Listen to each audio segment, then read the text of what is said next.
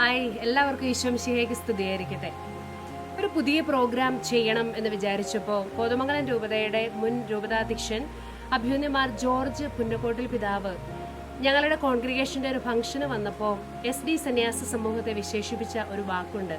അതിർത്തി കാവൽക്കാരാണ് SD car എന്ന്.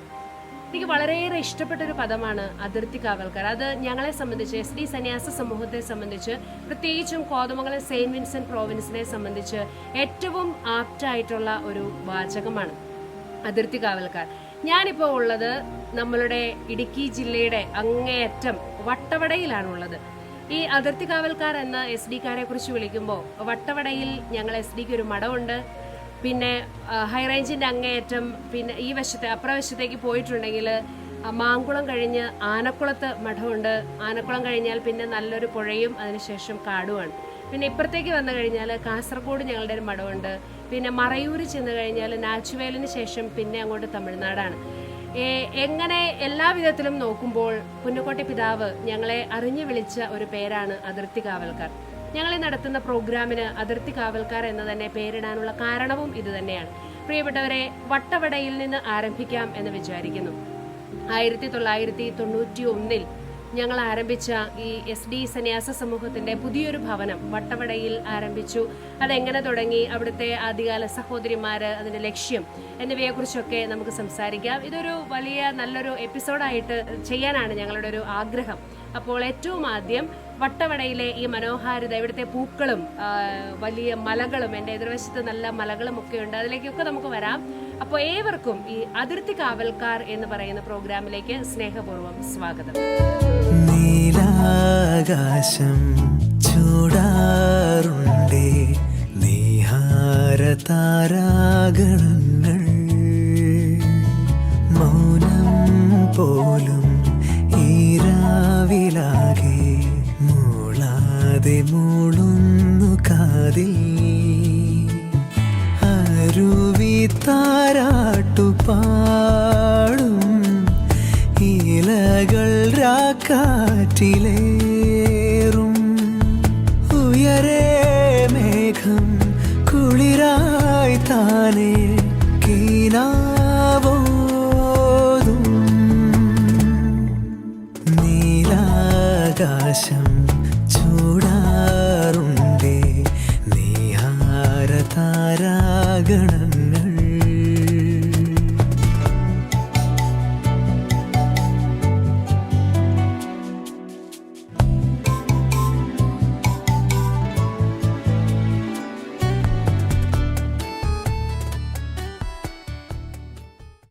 ഭൂമിയിലെ സ്വർഗം എന്ന് വേണമെങ്കിൽ വിശേഷിപ്പിക്കാവുന്ന മനോഹരമായൊരു സ്ഥലമാണിത്.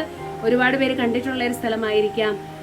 ഇവിടെയാണ് ഞങ്ങൾ SD സന്യാസ സമൂഹം ഇവിടെ വട്ടവടയിലേക്ക് ഞങ്ങളെ ആദ്യമായിട്ട് ക്ഷണിക്കുന്നത് 1991 1991 CMI സന്യാസ സമൂഹം, മൂവാറ്റുപുഴ പ്രോവിൻസ് CMI സന്യാസ സമൂഹമാണ് ആദ്യമായിട്ട് ഇങ്ങോട്ട് ക്ഷണിക്കുന്നത്. ഇവിടെ ഞങ്ങൾക്ക് വളരെ നന്ദിയോടെ അനുസ്മരിക്കേണ്ടത്, ഇപ്പോൾ ഈ വട്ടവട പ്രദേശത്തേക്ക് SD സന്യാസ സമൂഹത്തിന് ഒരു എൻട്രി കിട്ടിയത് നമ്മളുടെ പ്രിയപ്പെട്ട അച്ഛന് മരിച്ചുപോയി അഹ്റോനച്ചനാണ്. CMI സന്യാസ സമൂഹത്തിലെ ഈ വട്ടവടയിലെ പാവപ്പെട്ട മനുഷ്യർക്ക് വേണ്ടിയിട്ട് ഒരുപാട് കാര്യങ്ങൾ ചെയ്തു കൊടുത്ത, ഈ പ്രദേശത്തിന്റെ വികസനം തന്നെ നടത്തിയത് ഈ ബഹുമാനപ്പെട്ട അഹ്റോനച്ചന്റെ ഒരു കാലഘട്ടത്തിലാണ്. ഈ അച്ഛന്റെ ക്ഷണപ്രകാരമാണ് നമ്മൾ ഇവിടെ എത്തിയത്. ഇവിടെ എത്തിയപ്പോൾ നമുക്ക് പ്രത്യേകിച്ച് വീടുകളൊന്നുമില്ല ഇവിടെ താമസിക്കാൻ. അപ്പൊ ഇവരുടെ ഭവനം, നമ്മൾ ഈ പിൻവശത്ത് കാണുന്നത് ഇവരുടെ ഭവനമാണ്. ഇവിടെയാണ് SD സന്യാസ സമൂഹം ഏറ്റവും ആദ്യമായി വട്ടവട പ്രദേശത്ത് പിച്ച വെച്ചത്. ഇത് വളരെ വളരെ ഭംഗിയായിട്ട് ഇതിങ്ങനെ തന്നെ സൂക്ഷിച്ചിട്ടുണ്ട്. ഇന്നിവിടെ ഒരു റിസോർട്ടാണ്. ഇവിടെ ഒരു ഡേവിഡ് ചേട്ടനും ഒരു മിനി ചേച്ചിയും കൂടെ നടത്തുന്ന ഒരു റിസോർട്ടാണിത്. ദൈവത്തിന്റെ വലിയ അനുഗ്രഹം. അഗതികൾ എവിടെയുണ്ടോ അവിടെ അഗതികളുടെ സഹോദരിമാരുണ്ട് എന്നുള്ള ആ ഒരു നിശ്ചയദാർഢ്യത്തിന്റെ ഫലമായിട്ടാണ് ഇത്രയധികം ത്യാഗം സഹിച്ച് ഇപ്പൊ ഞങ്ങൾ വളരെ പെട്ടെന്ന് രാവിലെ 8:45 കോതമംഗലത്ത് നിന്ന് ബസ്സിൽ കയറി 1 മണിക്ക് ഞങ്ങൾ മഠത്തിലെത്തി. പക്ഷെ ഞങ്ങളുടെ ഈ 91 ആദ്യകാല സഹോദരിമാര് ഒത്തിരിയേറെ ത്യാഗം സഹിച്ചാണ് നമ്മളുടെ സഹോദരിമാർ ഇവിടെ എത്തിയത്. അപ്പോൾ ഇപ്പോൾ കാണുന്ന മഠം വട്ടവട കുറച്ചുകൂടി നമുക്ക് ഇവിടുന്ന് ഒരു കിലോമീറ്റർ മുമ്പിലാണ്. ഞങ്ങൾ അവിടുന്ന് ഇവിടെ വന്ന SD ആദ്യത്തെ ഭവനം കാണാൻ വേണ്ടി തന്നെ വന്നതാണ്.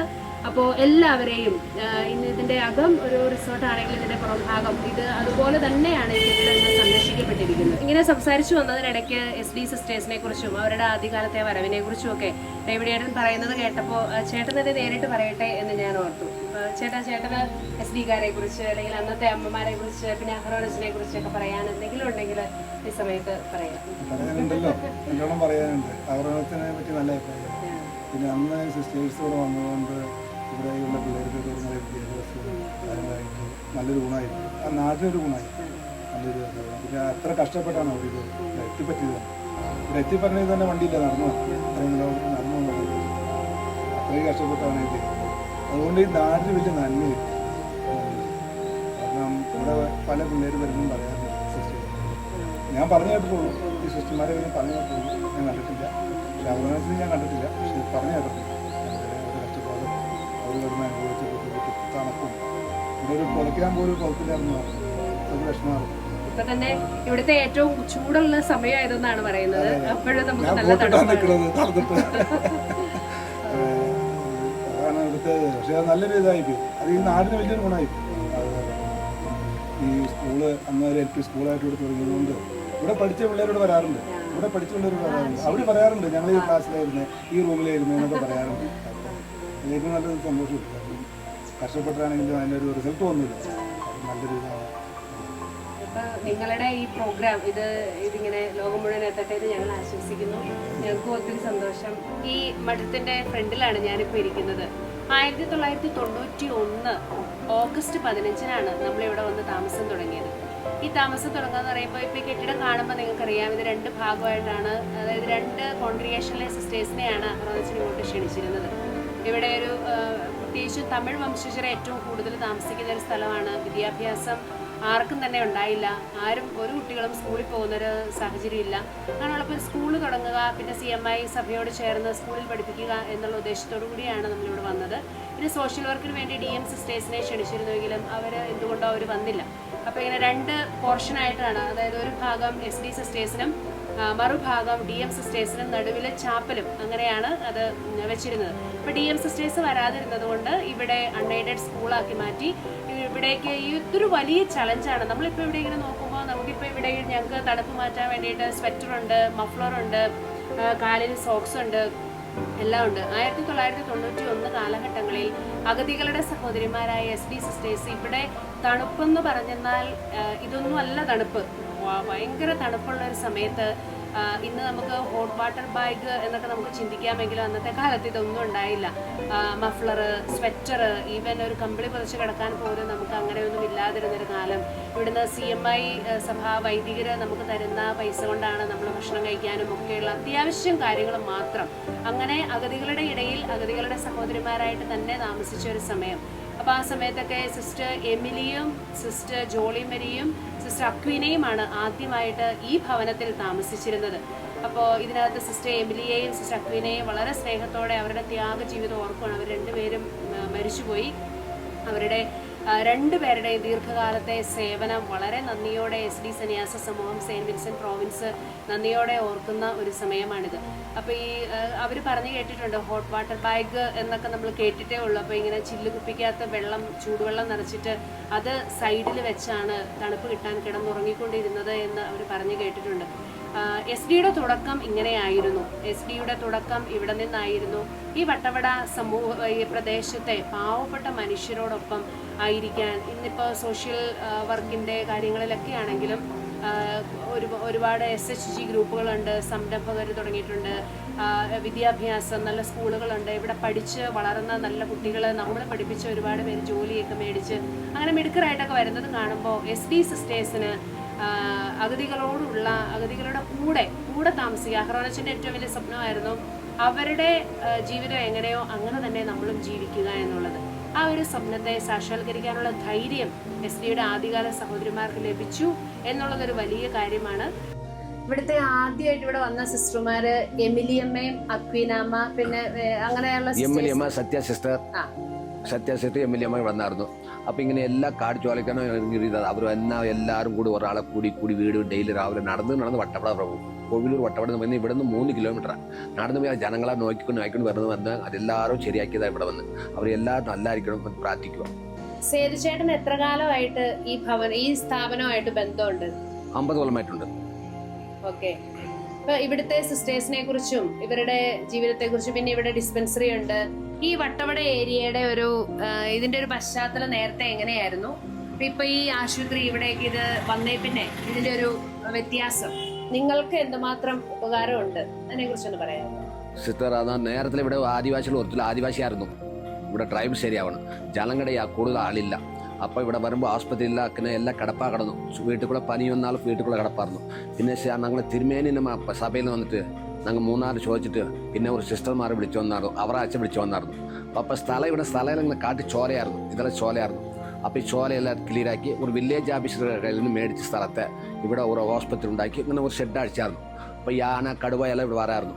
അങ്ങനെ ചേർത്തുന്ന സിസ്റ്റർമാരുടെ നല്ല ഉപകാരം ചെയ്തിട്ടുണ്ട്. കാരണം വട്ടവട പഞ്ചായത്തിലെ ട്രൈബ്സ് ഏരിയ വന്നിട്ട് പാവപ്പെട്ടവരുടെ വൈകിട്ട് കാണാനോ വരാനോ ഭയങ്കര ബുദ്ധിമുട്ടായിരുന്നു. അപ്പോൾ അവരെല്ലാം നോക്കി സിസ്റ്റർമാർ നല്ല ഇതുവരെ കാണിച്ചുകൊണ്ടിരിക്കുക. അതാണ് ജീവിതം. അത് പിന്നാണ് ആസ്പത്രി വന്നു. പിന്നെ അപ്പോൾ ഏത് സമയത്ത് അങ്ങനെ കഷ്ടപ്പെട്ട നാടാണ് ഇത്. ട്രൈബ്സ് ഭയങ്കര ചോലയായിരുന്നു. പൂർ ചോല കാട്ട് മൃഗങ്ങൾ പോലെ ജീവിച്ചുകൊണ്ടുവന്ന് എല്ലാം തിരുത്തിക്കൊണ്ടുവന്ന് സിസ്റ്റർമാർ പഠിക്കുക വെച്ച് സ്കൂളിൽ കെട്ടി എല്ലാം കൊണ്ടുവന്ന് അമതിയായിട്ടിരിക്കുക. അതാണ് വട്ടവട പഞ്ചായത്ത് പിന്നെ വന്നത്. വട്ടവട പഞ്ചായത്ത് ഇങ്ങനെ ഒരു ഡെവലപ്മെന്റ് ഇല്ലാത്ത സ്ഥലമായിരുന്നു. ഇപ്പാണ് ഇങ്ങനെ ഒരു സ്ഥലമായി ജീവിച്ചു പോവുക. നിങ്ങളിപ്പോൾ കുഴപ്പമില്ലാതെ ഇരിക്കുക.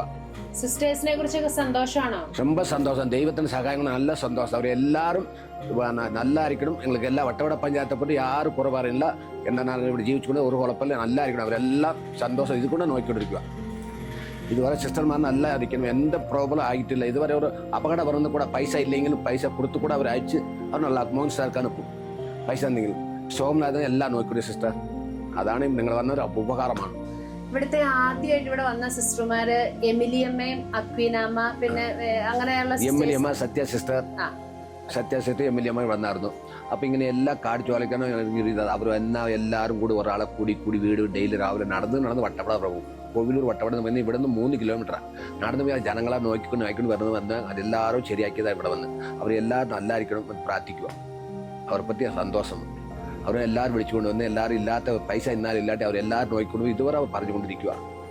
എൻ്റെ പേര് സിസ്റ്റർ ജോളി മരിയ. മൂന്നാറിൽ നിന്നും 2 മണിക്കൂർ ബസ് യാത്രാ ദൂരമുള്ള വട്ടവടയെക്കുറിച്ച് ഓർക്കുമ്പോൾ മനസ്സിൽ ഒത്തിരിയേറെ കാര്യങ്ങൾ തെളിഞ്ഞു വരുന്നു. യാത്രാ സൗകര്യം ഒട്ടുമേയില്ല. വളരെ ചുരുങ്ങിയ ബസ് സർവീസ് മാത്രം. കറണ്ടില്ല, വെള്ളവുമില്ല. പല ദിവസങ്ങളിലും നമുക്ക് കുടിവെള്ളം പോലും കിട്ടാനുണ്ടായിരുന്നില്ല. ദൈവത്തിൻ്റെ വലിയ പരിപാലനയിൽ മഠത്തിൽ നിന്നും കുറച്ച് ദൂരെയായി ഒരു കുഴി കണ്ടെത്തുകയും അതിൽ ഉറവ വെള്ളം ധാരാളം ഉണ്ടായിരിക്കുകയും ചെയ്തു. അതിൽ നിന്നും വെള്ളം കോരി കലത്തിൽ തലയിൽ വെച്ചും കുടത്തിൽ എളിയിൽ വെച്ചും കൊണ്ടുവന്ന ദിനങ്ങൾ ഒത്തിരിയേറെയുണ്ട്. കെട്ടിടം അത്ര വാസയോഗ്യമല്ലായിരുന്നതുകൊണ്ട് മഴ പെയ്യുമ്പോൾ ചോർന്ന് മുറി നിറയെ വെള്ളം നിറഞ്ഞു കിടക്കും. ആ വെള്ളം കോരിക്കളഞ്ഞ് മൺചട്ടിയിൽ വിറകു കത്തിച്ച് മുറി ചൂടാക്കിയാൻ പലപ്പോഴും ഞങ്ങൾ ശ്രമിച്ചിട്ടുണ്ട്. നട്ടുച്ച നേരത്തു പോലും കിടുകിടാ വിറയ്ക്കുന്ന തണുപ്പ്. അതുപോലെ തന്നെ മറ്റൊരു സംഭവം എൻ്റെ ഓർമ്മയിലേക്ക് വരുന്നത് കാട്ടുമൃഗങ്ങളെ കുറിച്ചാണ്. അവിടെ ആനയും കാട്ടുപോത്തും പന്നിയും കുരങ്ങുമൊക്കെ നമ്മുടെ കൃഷിയിടങ്ങൾ തിന്ന് നശിപ്പിച്ചിരുന്നു. ഒരു വാഴ പോലും വെച്ച് അതിൽ നിന്നും ഫലമെടുക്കുവാൻ നമ്മൾക്ക് സാധിച്ചിരുന്നില്ല. ഇങ്ങനെയൊക്കെ ആണെങ്കിലും ഞങ്ങൾ 3 പേരും വളരെയധികം സന്തോഷവതികളും സംതൃപ്തരുമായിരുന്നു. അവിടുത്തെ മനുഷ്യർക്ക് നമ്മൾ ഡിസ്പെൻസറിയും സ്കൂളുമൊക്കെ തുടങ്ങിക്കഴിഞ്ഞപ്പോൾ വലിയ ആനന്ദവും സന്തോഷവുമായിരുന്നു. കാരണം യാതൊരു വിധത്തിലുള്ള വിദ്യാഭ്യാസ സൗകര്യങ്ങളോ ചികിത്സാ സൗകര്യങ്ങളോ അവിടെ ഉണ്ടായിരുന്നില്ല. എല്ലാ ശനിയാഴ്ചയും ഞായറാഴ്ചയും ഉച്ച കഴിഞ്ഞ് ഞങ്ങൾ വില്ലേജുകളിൽ ഓരോ ഭവനങ്ങളും സന്ദർശിക്കാൻ പോകുമായിരുന്നു. ഈ വില്ലേജിലേക്കുള്ള യാത്ര വളരെ ദുർഘടമായിരുന്നു. ഇങ്ങനെ വളരെ വ്യത്യസ്തമായിട്ടുള്ള ഒരു ജീവിത സാഹചര്യത്തിൽ ഞങ്ങളവിടെ ജീവിക്കേണ്ട സാഹചര്യം ഉണ്ടായി എന്നുള്ളത് ഇന്ന് ഓർക്കുമ്പോൾ അതിനൊക്കെ ദൈവത്തോട് ഒത്തിരി നന്ദി മനസ്സിൽ നിറഞ്ഞു നിൽക്കുകയാണ്.